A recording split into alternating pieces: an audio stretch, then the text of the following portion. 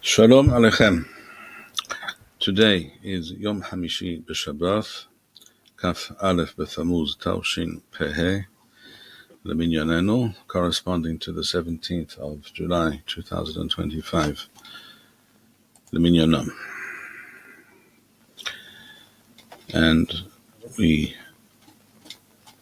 return to Hilchot Hilchot Teshuvah in the Rambam, Perek Zayin, Halacha Hey. Even though I think we've seen it, we'll take off from there once again. Omer Rabbeinu Moshe ben Maimun Zichrono Livracha. Kol HaNevi'im Kulam Thivu Ala Teshuvah. This is well known, that the most fundamental claim, starting with Moshe Rabbeinu, also one of the Nevi'im, obviously, the greatest of, but also one of the Nevi'im. And from that time to the present, Kol HaNevi'im Thivu Ala Teshuvah. This is a fundamental, essential facet of their teachings, of their speeches to Am Yisrael. And after the time of the Nevi'im, the same is true, and this must be stressed, the same was true of the Chachamim who followed. وَأَنْ يِسْرَائِلْ نِغَالِمْ أَلَا بِتْشُوVَةٍ. Here, Rambam states explicitly, based on an explicit memorah in the Talmud, that there is a connection between Teshuvah and Geula. This is unmistakable. Rambam says clearly, وَأَنْ Yisrael nigalim ela b'teshuvah. Furthermore, Rambam continues, וכבר הבטיחה Torah שסוף Yisrael לעשות תeshuvah בסוף גלותן. Rambam, who here follows in the footsteps of Rabbeinu Sa'adia Gaon in his famous Sefer Mivhar HaEmunoth VaDe'oth, makes the claim, which is based on the Shita of Rabbi Eliezer, according to the correct Nushaoth in the Talmud and in the Midrashim, and both Talmudim, it should be stressed. Rabbi Eliezer makes this statement, that Am Yisrael will do Teshuvah, and it is impossible for Geula in the full sense to occur without Teshuvah. וכבר הבטיחה התורה שסוף ישראל לעשות תשובה בסוף גלותן, ומיד הם נגאלים. שנאמר, והיה כי יבואו עליך כל הדברים האלה, הברכה והקללה, אשר נתתי לפניך, והשבתה על לבביך, ושבת עד אדוני אלוהיך, ושב אדוני אלוהיך את שבותך, etc., etc. That's the famous pasuk in Devarim. We did not read the pasuk in its entirety, but that's the message, the gist is clear. I will stress here something that perhaps I did not stress last time, I do not recall exactly, that I believe this is a major flaw in the so-called Dati Leumi world, which, at least based on the teachings of Harav Tzvi Yehuda Kook Zatzal, who was very adamant and stressed the opposite of what Rambam writes here explicitly. I'm not saying this because it's asur to differ with Rambam, to follow a different shita or a different source. It is possible, obviously, to do that. But I believe in his, Rav Tzvi Yehuda wrote 102 or even more articles on this topic in his Sefer L'Nativot Yisrael. And if you analyze carefully what he writes there, you see that he very studiously avoided mentioning this Rambam, which is unusual. So I repeat, I'm stressing this because I believe, I think that, again, as I believe with regards to many issues, that both the Haredi camp on the one hand and the majority, at least, of the Dati Leumi camp on the other hand, are mistaken. The Haredi camp always stresses that there can be no geula of any sort, in other words, no significant, meaningful progress in Am Yisrael's situation can be made without Teshuvah, and their version of Teshuvah is a very, shall we say, thoroughgoing and black and white type of Teshuvah. One suspects that they would not accept that Am Yisrael has done Teshuvah until every single person is attired like as they are attired. One seems to pick. This seems to be the impression that one receives. That's on the one hand. On the other hand, not that I have anything against Haredi attire. By the way, everyone may dress as they please, and but that is not necessarily the only possible way to attire oneself. On the other hand, the Dati Leumi world, following in the footsteps of Rav Tzvi Kook, has gone to extreme lengths, as Rav Tzvi did in his articles on this topic, as I mentioned, to completely gloss over and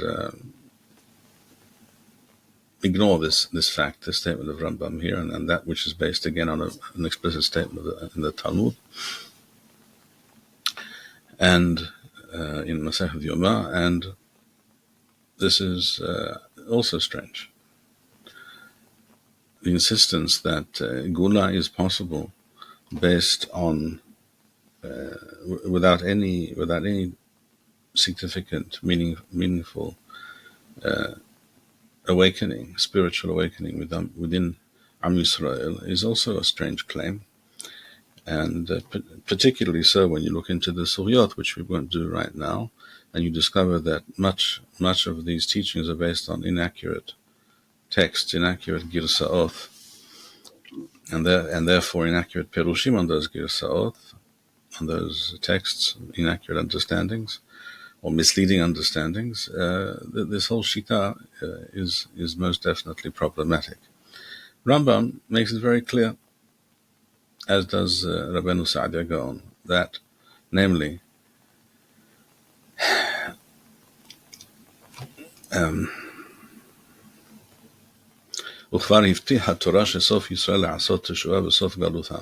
this is how it will be. Rabbi Eliezer makes this statement, that the various soroth and difficulties that Am Yisrael will encounter will, as it were, force their hand, and they will have no choice but to do Teshuvah. Yes, it would be preferable if Am Yisrael were to do Teshuvah without that necessity, without it being forced on them. But that is the expectation, because we are an Am Cheshe Oref, and it is more than likely this is how things will be. Teshuvah, at any rate, is an essential ingredient in the Geula. That's what Rambam here writes explicitly. That is what Rabbi Eliezer says explicitly, and his opinion is repeated in a number of midrashim, and in the Talmud Yerushalmi, his opinion in Masechet Ta'aniyot, the beginning, is seems to be the conclusion of the discussion there in the Talmud. So Rambam's statements here are based on both the Talmud Bavli and the Talmud Yerushalmi and many midrashim. Rabbi? Yes. Do you think there are other, if not correct, but reasonable ways to understand the sources as they are, to explain the position of the Dati Leumi camp? Or is there a deeper underlying reason why they don't view the reality in this way?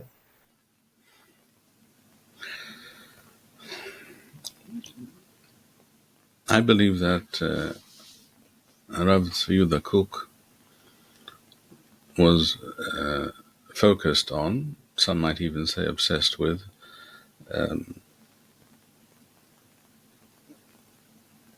teaching and convincing people that the establishment of Israel, the country, the state of Israel, and the change in the Jewish people's national condition, which is a fact. That doesn't mean everything is perfect by any means, but it's a fact that something very significant, something that had not occurred for roughly 2,000 years, has in our times occurred. And that one can trace the connection between various statements in the Torah and in the Nevi'im to current affairs, as it were, recent historical events. And Rav Tzvi was very adamant about stressing this point, to the extent that I recall Rav Oded Volansky, whose shiurim in such matters on Rav Kook and Rav Tzvi's writings I used to attend very religiously for a period of time when I was a younger student, and also for at least a short time after I got married in Yeshivat Mekaz Rav. I remember him telling me that, as is well known, on the day known as Yom HaAtzmaut, in Mekaz Rav to this day, they have what they call an atzeret. They have a big to-do, and they invite various rabbanim, and speeches are made, and they usually are very insistent that whoever happens to be the prime minister of the day shows up as well and says something.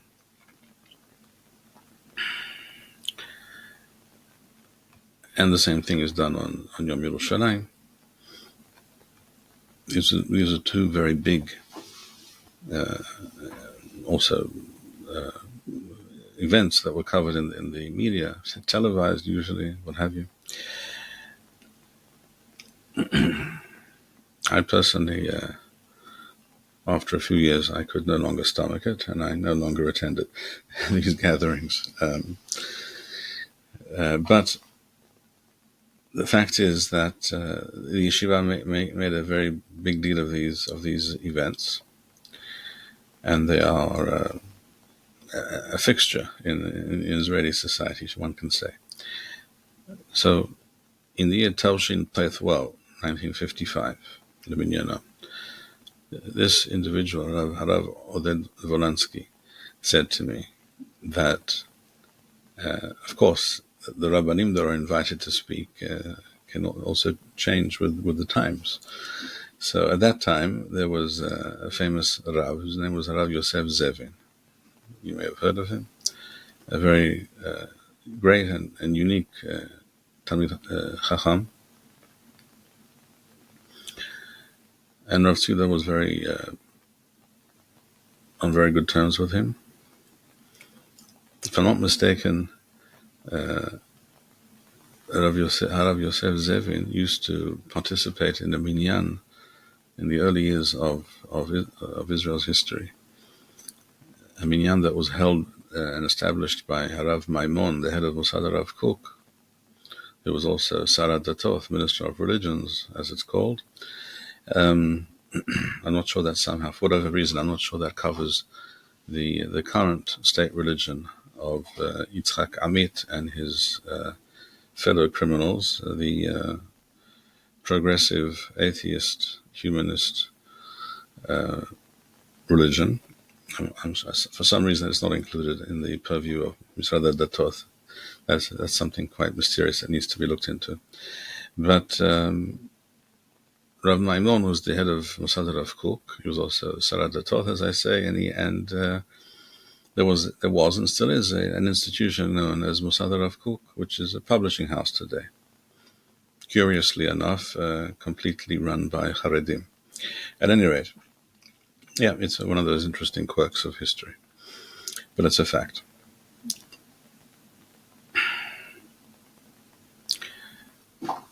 So Rav Maimon was of the opinion that Hallel should be recited on Yom HaAtzmaut, I believe this was also at night, or at any rate, let's say it was only in the morning initially, I'm not quite sure, with the bracha, and he was unhappy with the psak of the Rabbanut Harashit of the time of Rav Herzog, that, and maybe those who followed, who, until Rav Goren expressed a different opinion many years later, but the Rabbanut Harashit has never changed its opinion on this matter, that the Hallel should be recited on Yom Ha'atzmaut without a bracha. And certain people, like Rav Zemin, did not agree with this, and they were very happy to participate in a minyan where Hallel was recited with a bracha, and such a minyan took place against the position of the Rabbanut Harashit in Mosad Rav Kook, which is exactly a 2.5-minute walk from Merkaz Harav. And it's interesting to discuss what Rav Tzvila's opinion or view on the matter was. But for now, the point I'm making is as follows, that Rav Zevin was also invited, probably in a number of times, I don't know, to speak at this atzeret, in this gathering in Merkaz Harav in the evening, the Leil Yom Ha'atzmaut. So this individual, Rav Volansky, related to me that in Telshin Tethwell, 1955, he made the statement in his speech that Anachnu be'athalta de Geula, we are in the early stages of the Geula, which is a statement which needs to be examined and can be discussed, and one can either take it or leave it, I think, because there is no clear definition of athalta de Geula. It's not something you can really define. So a person can either concur or demur, but and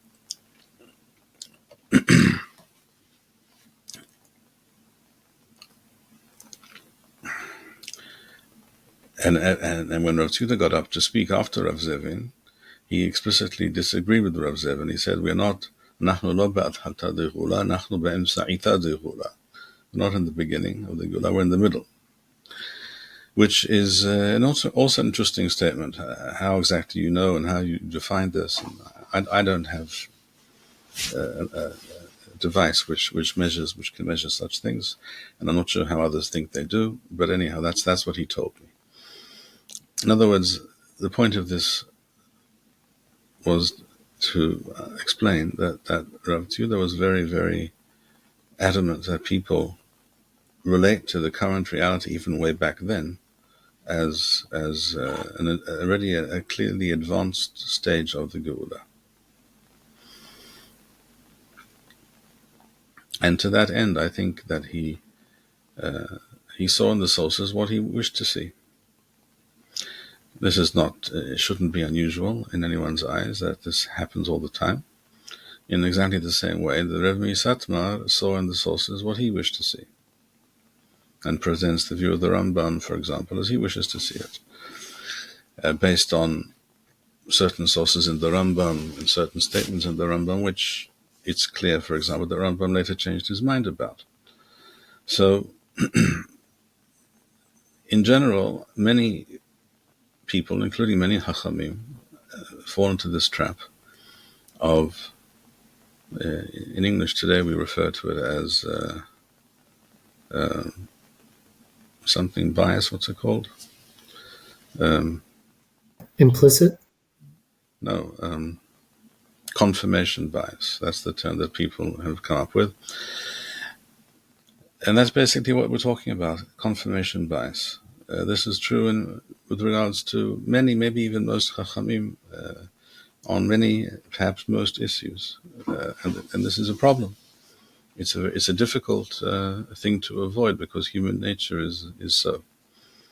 One has to be very much on one's guard, and one has to be very, very rigorous intellectually and honest to not fall into that trap. And often it's difficult for example, for younger people to do that. Perhaps with age, people can see things through different or various types of spectacles. So that's how I understand it. At any rate, there's no question, returning to the Rambam here, there is no question. The Rambam states, here it is in front of us, black and white, Halacha He, Perek Zayin, Hilchot Teshuvah, אין ישראל יכולים אלא בתשובה, וכבר הבטיח התורה שסוף ישראל לעשות תשובה בסוף גלותן. This is how events will play out.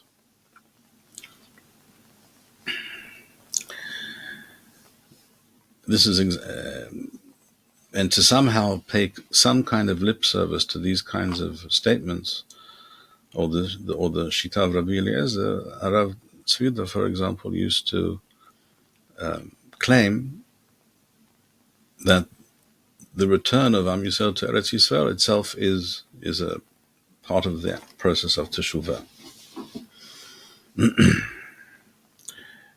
which is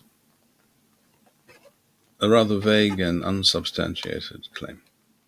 There are I'm not saying there's nothing in that claim, but I don't think one can seriously believe that the very fact of returning to Eretz Yisrael in and of itself, even though the person does so entirely based on a non-Torah or anti-Torah perspective, can be really considered a kind of teshuvah, unless you wish to claim it's some kind of subconscious and historical type of teshuvah, which will only become clear and discernible in the fullness of time, which you could claim. But again, that's a claim. It's not clear. It's not clear. It's all very. It's very vague. B'kitzur, what I'm claiming is that Rav Tzvi Kook Zetzal went out on a limb to make such claims and to maintain such positions. You were saying something. I was going to say there are a number of places in Sefer Yechezkel which seem to indicate that returning to Eretz Yisrael and Teshuvah are not one and the same, and that one precedes the other. Yes, I would tend to agree, without going into the Pesukim in great detail now.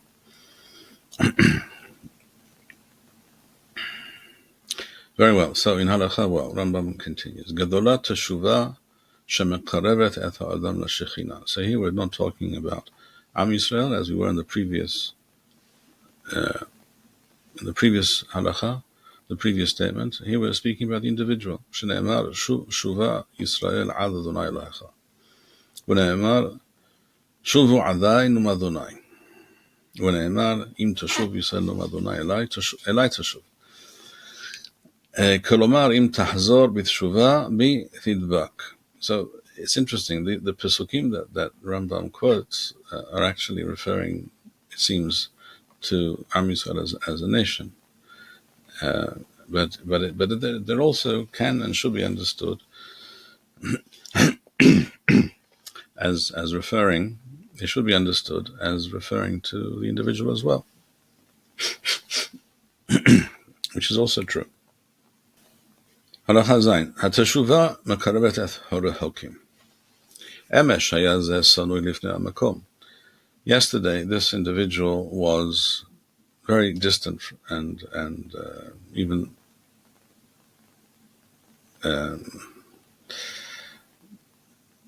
repulsive, meshukas umeruhak metho'iva, in the eyes of Hashem. V'hayom hu ahuv v'nehmad, karov u'yadid. And true, sincere teshuvah completely changes that reality, that picture. וכן אתה מוצא שבלשון שהקדוש ברוך הוא מרחק את החטאים, בה מקרב את השווים. The same terms that are used with regards to the sinful are also used with regards to those who do teshuvah, who are repentant. Ben yahid, ben rabim.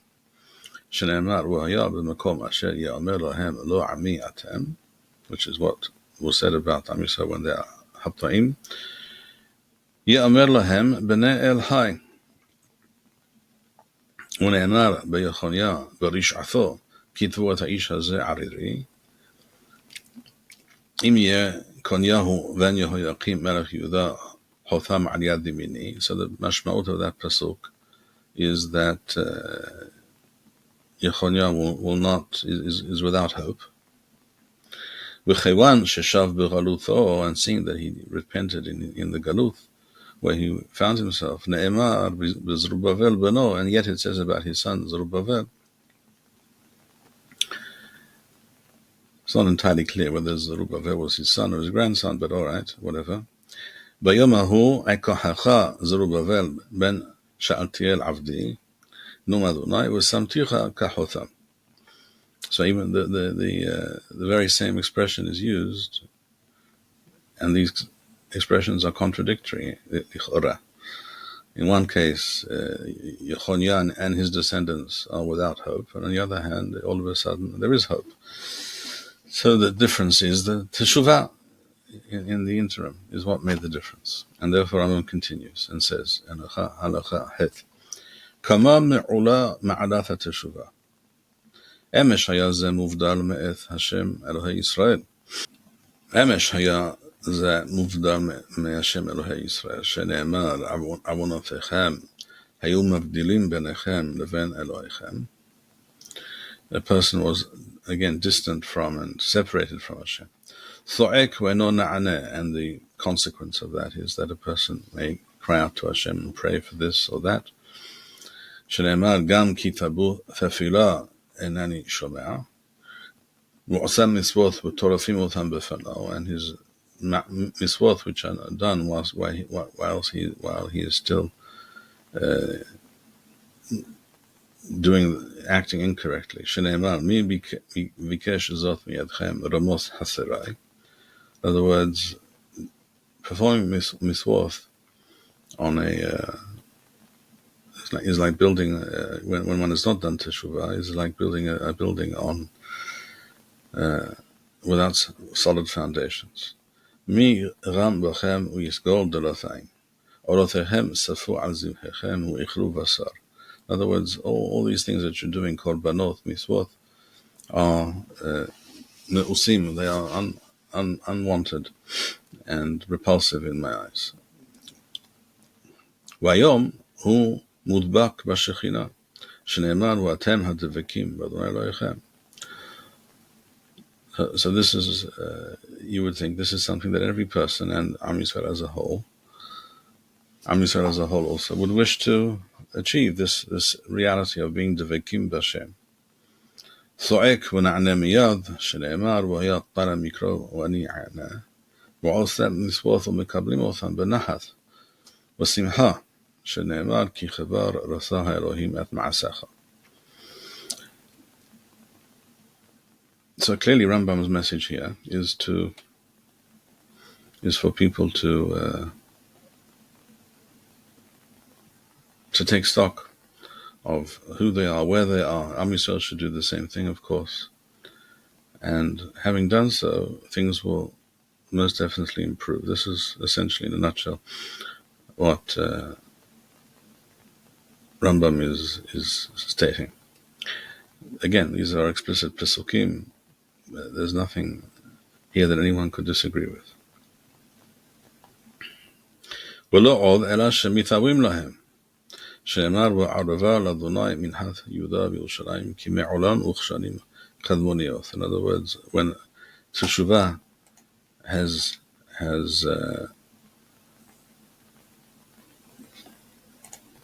occurred and therefore the status of the individual or Am Yisrael as a whole is now infinitely improved, then all of our actions and our tefillot are immediately viewed differently.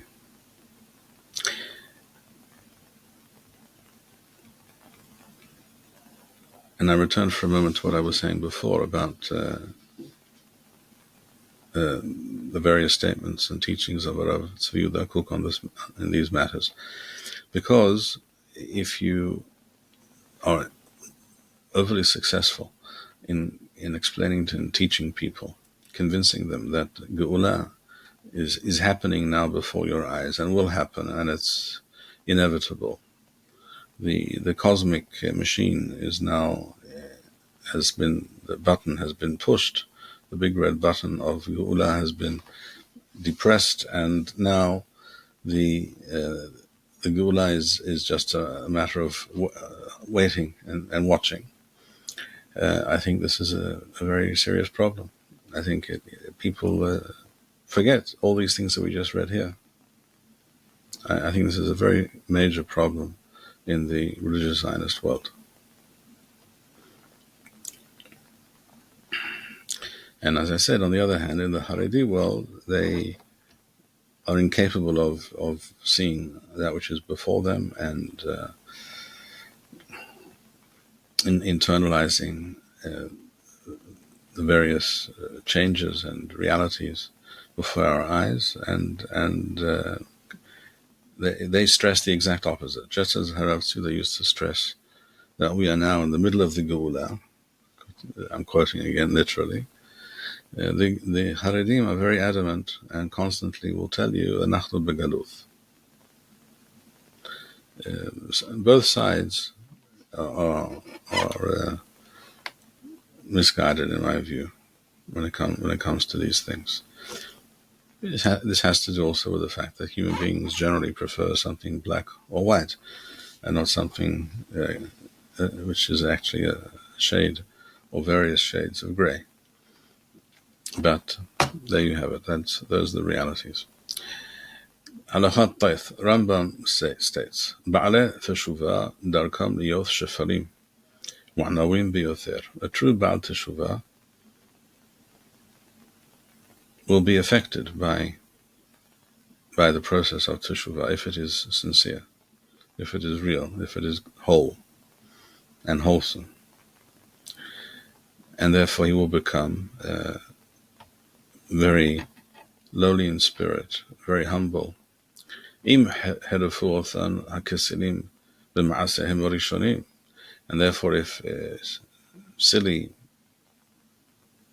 irresponsible people, kesilim, Rambam writes, in other words, foolish people lacking wisdom, if such people tell them, "Wamru lahem emesh hayita oseh kach v'chach," you used to do such and such, "Wa'emesh hayita omer kach v'chach," or used to say such these and those things.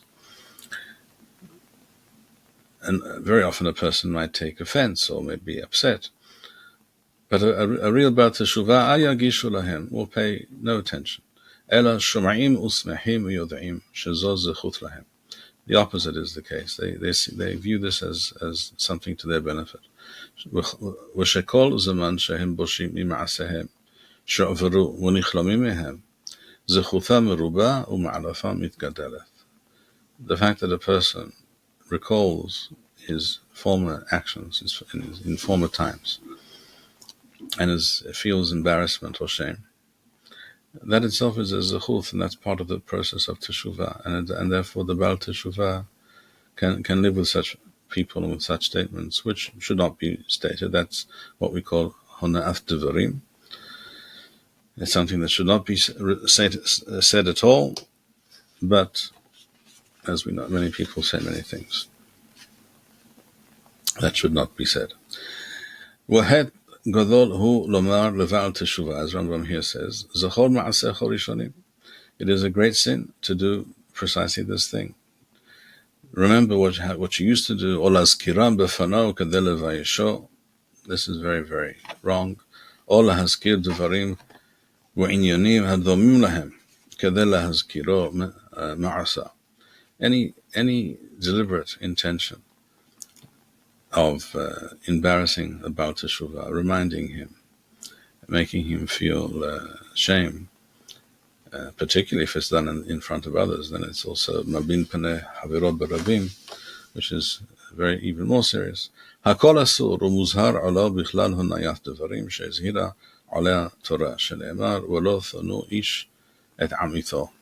And the Chachamim explain that this refers not only to hona'ah in the monetary sense of charging or not repaying a debt or what have you, ela, even bidvarim, lo thanu ish et amito, even speech is included in this azhara, in this isur. Rabbi. Yes. As we wrap up our discussion of Teshuvah in the previous parakim, we see we're constantly told we need to do Teshuvah. That implies that humans are imperfect and that we always need to be trying to come closer to Hashem. Yes. Which recalls in our mind the Christian doctrine of original sin and man has fallen, etc., etc. What is our relationship to that? What's your view? How should we relate to such ideas? It should not be confused with the doctrine of original sin, etc. On the one hand. On the other hand, there is some point of connection in as much as human beings are most definitely, it's not original sin, as it were, born into the human being, embedded in the human being. That's not the position, but the fact is that human beings are frail, not only physically, but also spiritually, and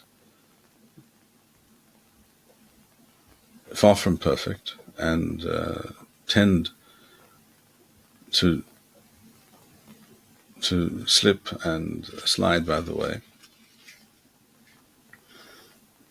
And that is part of human nature. So it's not exactly original sin in the theological sense, but it's an observation and an appreciation of the reality of the human condition.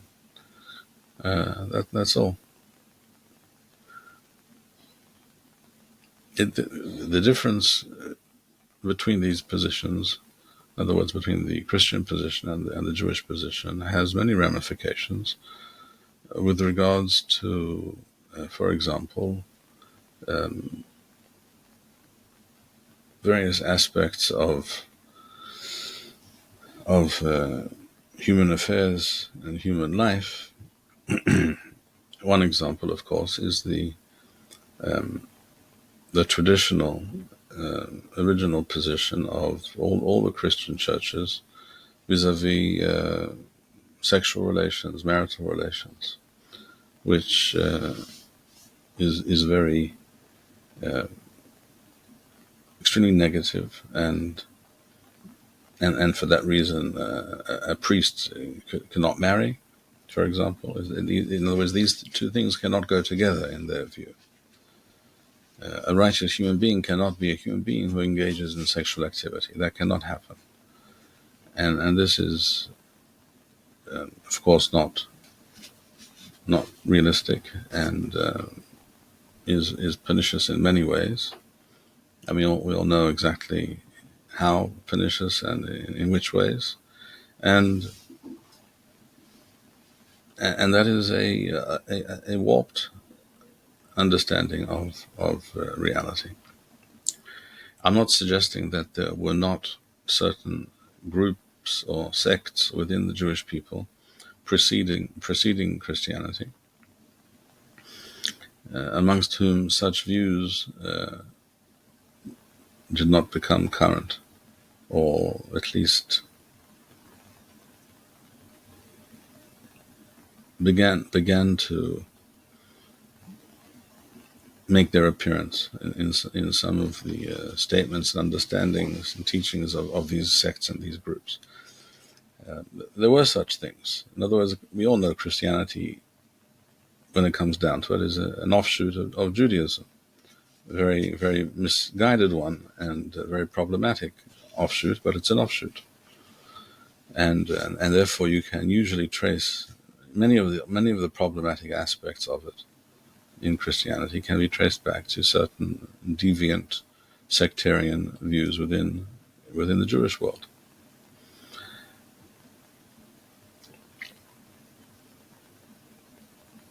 And that's, in a nutshell, what I have to say on the matter.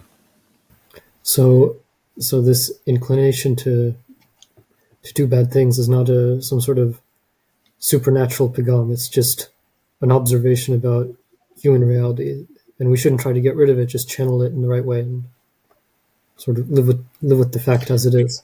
We cannot and we should not try to alter human beings. Human beings were created in a certain way, and we are as we are, and that is normal and correct and proper. And the view, the very detrimental aspect of the Christian doctrine of original sin is that all of human existence, by definition, is flawed, deeply flawed, to the point that it's vile, and it's beyond redemption. And therefore, the only redemption is belief in Oto Haish, Yeshua Nothri, Shem Rasham Yirkav, and all that is related to that kind of position. And that is a very, very negative and depressing and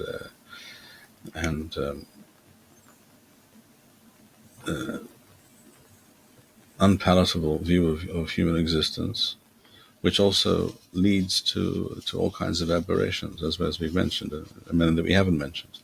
So it's a very pernicious doctrine. And I will add that certain groups, not just in the ancient past, in other words, Jewish sects that preceded Christianity, but certain groups within the Jewish world and in the Orthodox Jewish world today, I would mention in the Hasidic world, in parts of it at least, and in the those parts of the Jewish polity that are influenced by Kabbalah, often unknowingly, unwittingly, have adopted some of these Christian attitudes, usually through the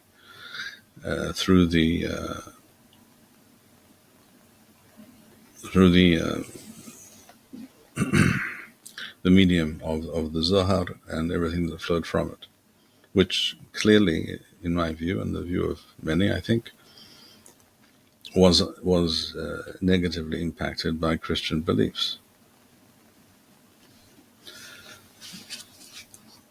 This, of course, will not all will agree to what I just said, but that is how I view it.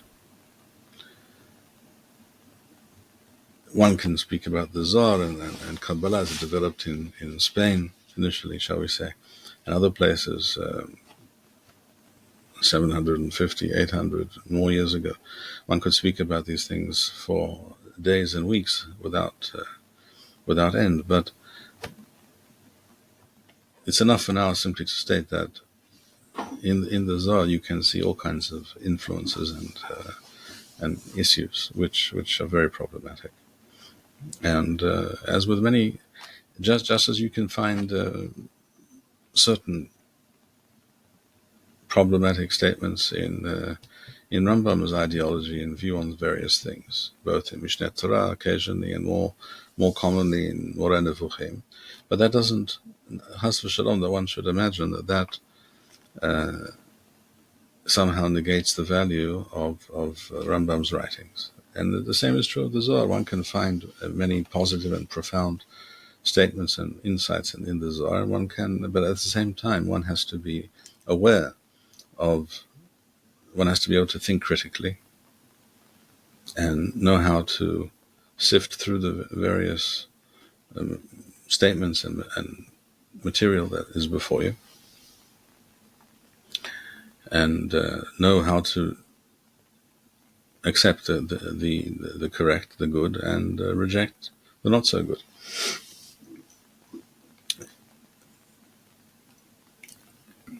So let us now continue in in Perek Hef. הטובה הצפונה לצדיקים היא חיי העולם הבא. So here Rambam begins to discuss חיי העולם הבא, the world to come, as it's called. והם החיים שאין עמהם מוות. This refers to a state of existence in which death has no place. והטובה שאין עמה רע. And this is a very positive state of being where there is nothing negative that can be said about it or associated with it, as opposed to the existence in Olam Hazeh, in this world, which, as we know, is, as we said before, not neither black nor white, but has its ups and downs and has its various aspects and facets to it, some of which we perceive as tov and some of which we perceive as ra. As we said before, human beings tend to prefer things which are black or white, or a portrayal of reality which is black and white, whereas that's generally not the reality. That refers to this world. But in the Olam Haba, Rambam is telling you it's all good. Hu shekatuv b'Torah lema'an yitav lach v'harachta yomim. And the Chachamim said, this pasuk says that you will benefit and have only good and live long. מפי השמועה למדו למען ייטב לך לעולם שכולו טוב והארכת ימים לעולם שכולו ארוך או ארוך. In other words, it's not referring to long life in this world, it's referring to חיים שאין להם תכלה, אין להם סוף בעולם הבא. וזהו העולם הבא. שכר הצדיקים, says Rambam in הלכה ב', the reward of the righteous, who sheyizku la'nu'am hazeh, they will enjoy this blissful state. V'yu b'tova zo. Ufir'on harashaim, and the punishment or the payday for rashaim, hu shelo yizku l'hayim elu, that they will not have a portion b'olam haba. Ela yikarathu v'yamuthu. In other words, they simply leave this world and die, and that is the end of them. And he who is not zocher olam haba, hu hameth she'eno hoya le'olam. In other words, such a person is considered to be truly dead. In other words, the fact that a person is cut off from olam haba, that is the true evil and the only true meaning of death. And therefore, such a person's life is similar to that of a behemah. They exist in this world, and then they cease to exist. And there's nothing else to be said or to be done. Now here Rambam's position is that this is the kareth that referred to in the Torah, when it says in Torah, for example, hikareth tikareth hanefesh ahi. With regards to very serious activities, sinful activities that are prohibited by the Torah. The Torah says that the person who does this, that nefesh will be nichrath. Mipi hashmu'a lamedu hikareth ba'olam hazeh tikareth l'hayah olam haba. כלומר, שאותה הנפש שפרשה מן הגוף בעולם הזה, אינה זוכה לחיי העולם הבא. Rambam is quoting a statement of Hazal, which needs to be looked at in greater detail, which I perhaps will look at next time a bit more. Rambam quotes this statement, "Mipi hashmu'a lamadu hikareth ba'olam hazeh tikareth l'haya olam haba," which implies that the kareth has some effect in both worlds. The Rambam is stressing really here only olam haba. כלומר שאותה הנפש שפרשה מן הגוף בעולם הזה, the person who leaves this world, אינה זוכה לחיי עולם הבא, אלא גם מן העולם הבא נכרתה. In other words, Rambam is understanding it in the following way. Hikareth ba'olam hazeh, in other words, the person dies, that's the hikareth ba'olam hazeh, that's just the natural way of things. כלומר שאותה הנפש שפרשה מן הגוף בעולם הזה, אינה זוכה לחיי עולם הבא, will also not achieve that no'am, that status, that bliss, ba'olam haba. Lichora, that's not the simple pshat of what Chazal was saying. The simple pshat is not to inform us of that which we know, that human beings are do not live indefinitely, but rather to say that the kareth also involves shortening one's life in this world, and also ba'olam haba.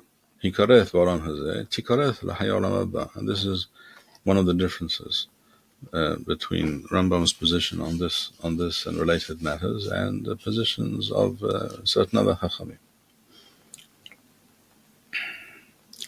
which perhaps we can discuss another time.